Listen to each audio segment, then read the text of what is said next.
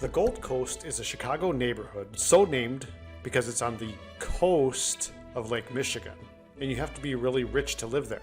You know, you have to have a lot of gold. Gold Coast. Get it? I was not aware of that. There you'll find the Miracle Mile that has many fancy stores and swanky restaurants.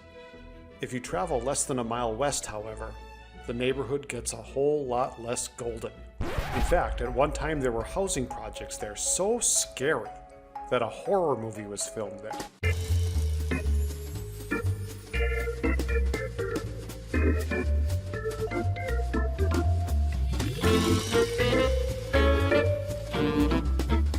Cabrini-Green was a public housing project built in the near North Side community area of Chicago.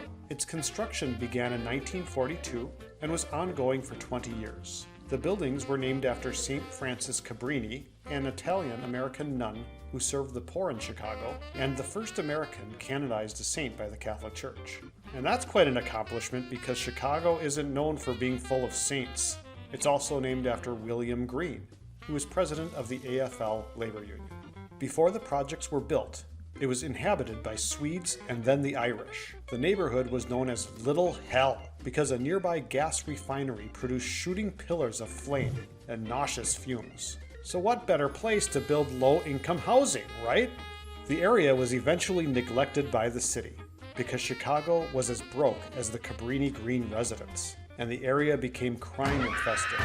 The vandalism, gangbanging, and thefts were bad, but the murdering was much more concerning.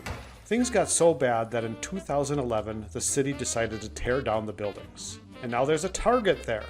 The 1970s Norman Lear sitcom, Good Times, made it look like the projects weren't so bad. Dynamite! But the 1992 movie Candyman, about a murdering entity summoned when his name is recited 5 times in a mirror, made the projects look worse. In fact, the only thing scarier than the Candyman in the movie were the projects themselves.